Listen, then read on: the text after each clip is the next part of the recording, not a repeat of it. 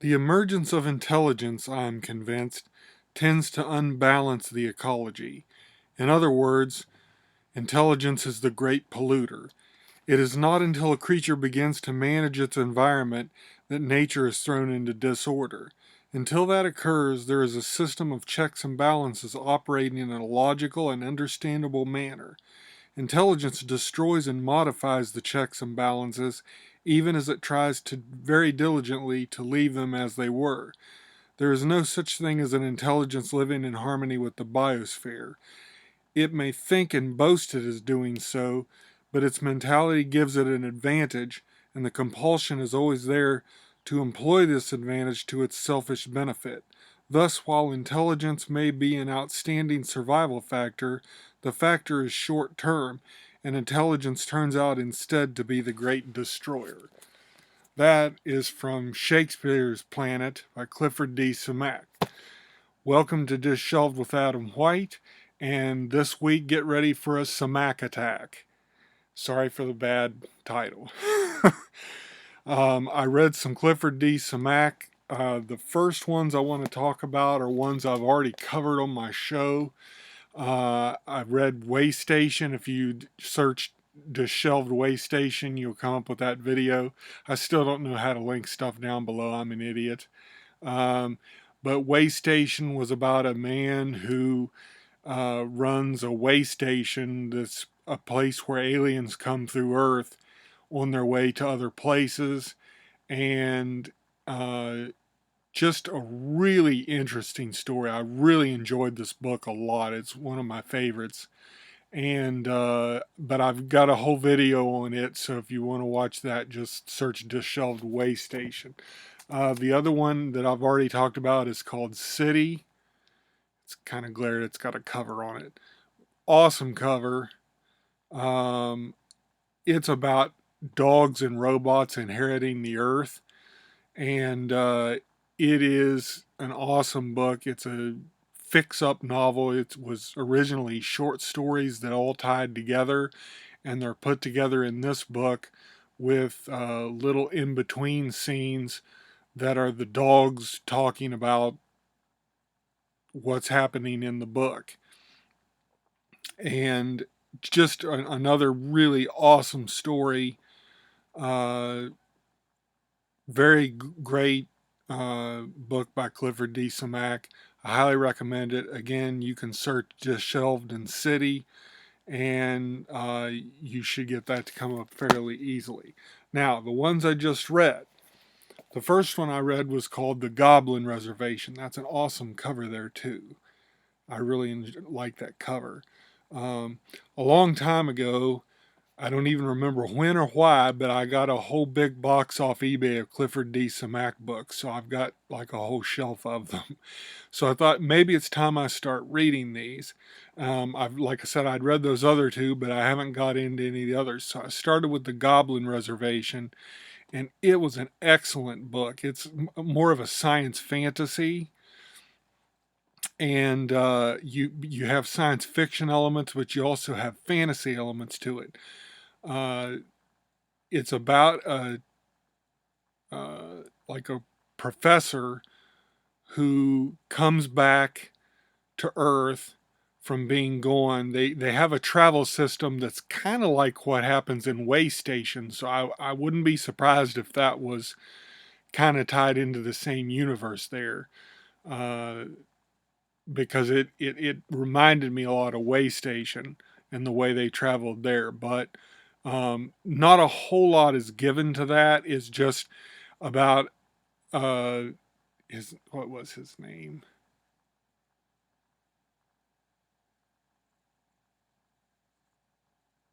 Peter Maxwell. I can hardly read up close with my glasses on.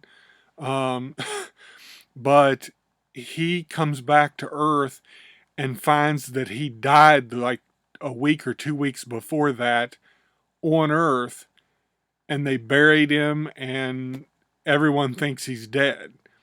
So somehow, through the traveling, there has become two distinct versions of him, and one of them's dead, and he has to kind of figure out why. and everybody's surprised that he's alive whenever he shows back up. And of course, their version of cops are onto him. The whole planet Earth is like a large college, which is the only thing I had a problem with in this novel, is because if Earth got together with other planets and could travel among the stars and stuff, I don't think Earth would ever be a big college because it's just not that big on learning. So that was the only problem I had with it, but it works for the story and is really cool. They also have uh, goblins and fairies and banshees and trolls and other uh, creatures from legend, essentially, and they found them to be real and they were just in hiding. And so, of course, what do they do, being Earth, is they put them on a reservation, like a Native American reservation. And that's where the title comes from. But it's really a story that there's a lot of humor in it. Maxwell has a friend that's a caveman that was brought through time because they can travel through time too, and he's really funny character. His name is Alley Oop, just who knows why. And he has a ghost that's a friend, who's the only known ghost in existence. Um, but anyway, he has to discover why he was killed, this other, and why this happened. And he's got another mission, which I won't say what it is because you find it out as you go along, and I don't want to ruin anything. But he also comes up at the end. The end I thought was really satisfying. I thought it was a nice, uh, the whole reason you find out why the things that are happening was just really interesting to me. And I thought it was a really good ending to the book. And it turns out, I mean, you think you're going to have some super complex ending, but it turns out to be just a human kindness, essentially. And I don't want to say much more because I don't want to give anything away, but it's a really nice ending. I really loved this book, like I did his other two. Really great book. Goblin Reservation, highly recommend it. Like I said, it's kind of funny. It's a science fantasy. And that was what I found with all three of these books that I'm going to talk about with Clifford D. Simak, is I got three totally different things out of the different books. The other one that I read a little bit from is called Shakespeare's Planet, and it is more of a philosophical book. Uh, Again, it has a man named Carter Horton who is on is like cryogenically frozen on a ship that's going out to search for other planets that humans could populate.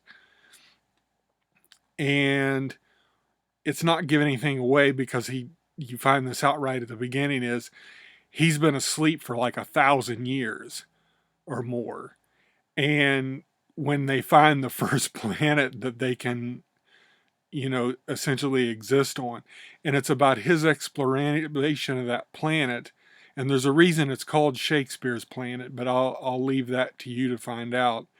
I mean, it's not a big deal, but um, it starts out with a couple of short chapters, and it kind of throws you off because you're not really sure what's going on, but it mimics the confusion that Horton feels when he wakes up from this uh, cryogenic state. And I thought it really captured that really well. It kind of disorients you on purpose, the same way that he's disoriented uh, in waking up after so much time. And I thought that was really clever of Simak to do that. And without before too long, you get right into the book, and everything makes sense. And some other things happen, and comes up with uh, a creature called the carnivore who looks kind of human, but kind of like a saber-toothed tiger. And he befriends him, and there's just they encounter a problem that the carnivores run into, and there's all sorts of other mysteries on this planet that they just don't understand. And the planet is like has another way of getting there, but it's been cut off from the rest of civilization, and nobody and they don't understand why. And more of that comes out as the story goes along. But this was more straight science fiction than rather than science fantasy, and it just was a really good story. I really enjoyed it too. If I had to pick between the Goblin Reservation and this one, I probably like the Goblin Reservation a little bit more, but I really, really enjoyed this one too. And it comes to a satisfying conclusion as well. And just really good book, Shakespeare's Planet. The last one I read was The Trouble with Tycho.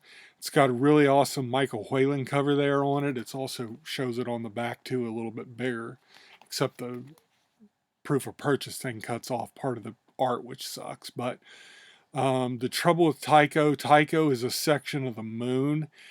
This is like kind of like space truckers on the moon, which is totally different from the other two. And it has a little bit of fantasy element to it, but not much. It's mostly science fiction. But the main protagonist is Chris Jackson, and he's on the moon, and he's like a kind of a trucker. He has a rig, and he finds these. Uh, they found the only life that exists on the moon that they can find are these fungi, and they have something in them that helps cure mental illness. And so doctors on the moon are really looking for that stuff so they can cure mental illness, and they need way more than what they have. And so he goes out and he searches for that, and he brings it back and sells it to him. And he finds other things as well, but there's not a lot. And there's also a thing that starts out on here. They call it, I think, a hound dog, but it's like a little bunch of sparks that's almost like a fairy or something. And I was it takes you a minute to catch on to that when you read this, because you think hound dog and you think, oh well, a trucker with a dog in his cabin, but it's not actually a dog. That's just what they call them, because once one attaches itself to you, it hangs around you like a hound dog would. And that's the only other life that they've found on the moon.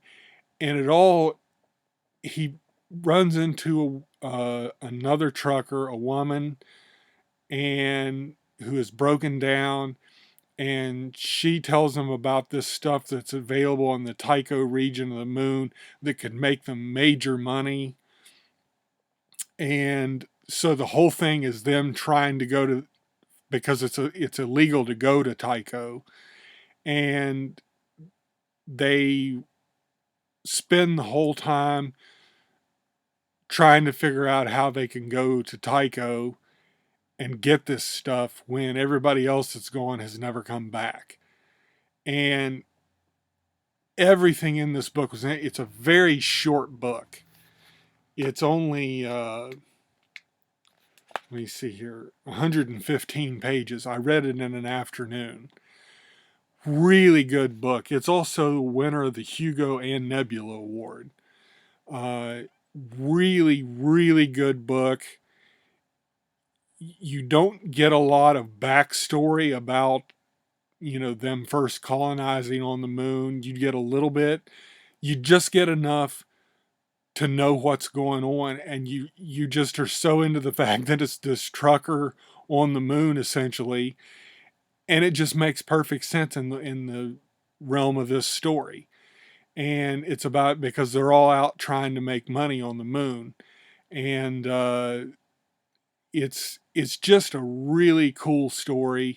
Like I said, it's mostly science fiction. There's a little bit of fantasy mixed in when it comes to those hound dogs, but it's mostly science fiction.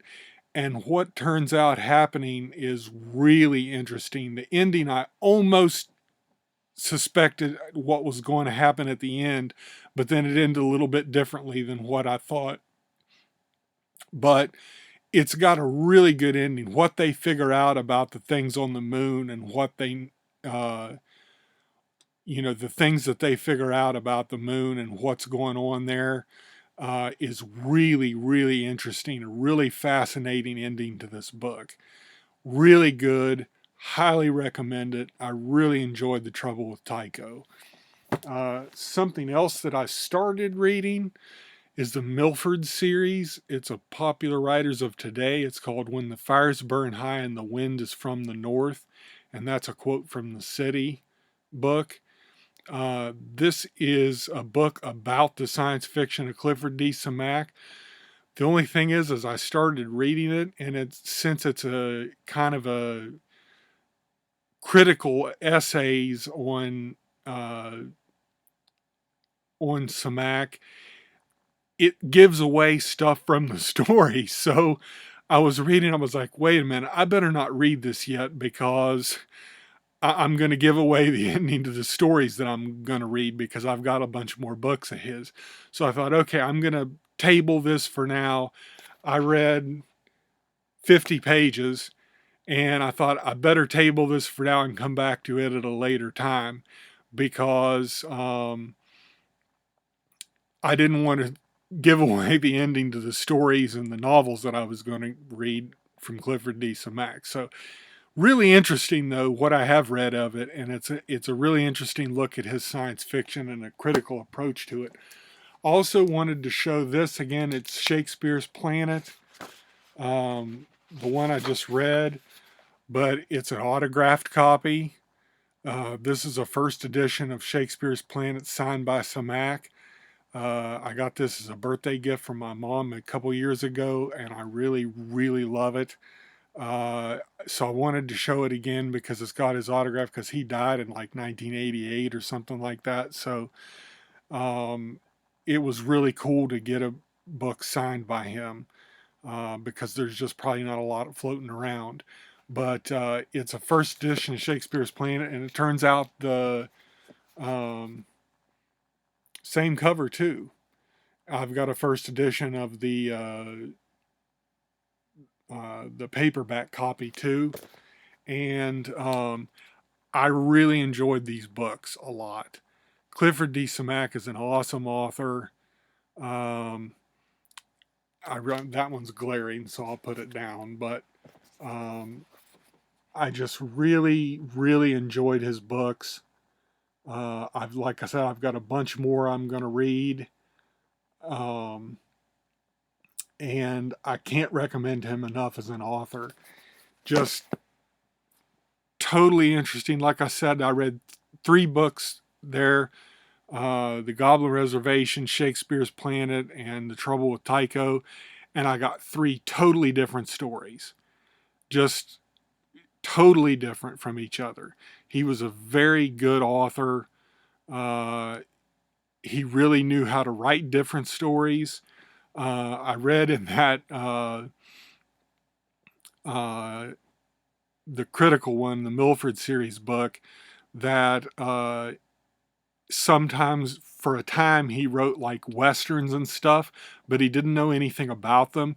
So he just picked up pulp magazines with westerns in them and read them and then wrote pulps to that formula. And one of his editors said that he was a master of the West in America because he knew so much about it, when it turned out he really had just went and just essentially copied the formula from other pulps And that's how good of a writer he was. And he just has lots of science fiction and fantasy, and I really can't highly recommend Clifford D. Simak enough. I really, really enjoy his work. I'm going to read more of it. I've got some other stuff coming up that I'll do for BookTube, but it's not Clifford Simak. But I wanted to do this video just on him because he's an awesome author. I think he's one of the sci-fi greats of all time, and you really won't be disappointed if you read anything by him. So I'm going to go put these back up and dig out some more so I have to read some more Samak in the future. But anyway, I'll end that there. I've rambled on long enough. I really highly recommend all these books, and anything Samak wrote is worth reading.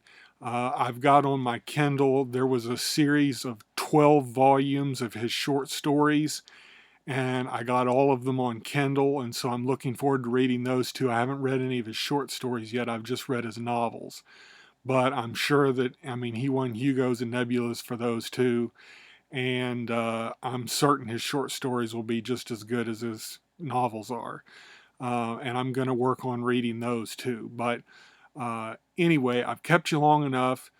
Thanks for hanging out with me, and I really think you'll appreciate Clifford D. Simak's work if you give him a chance.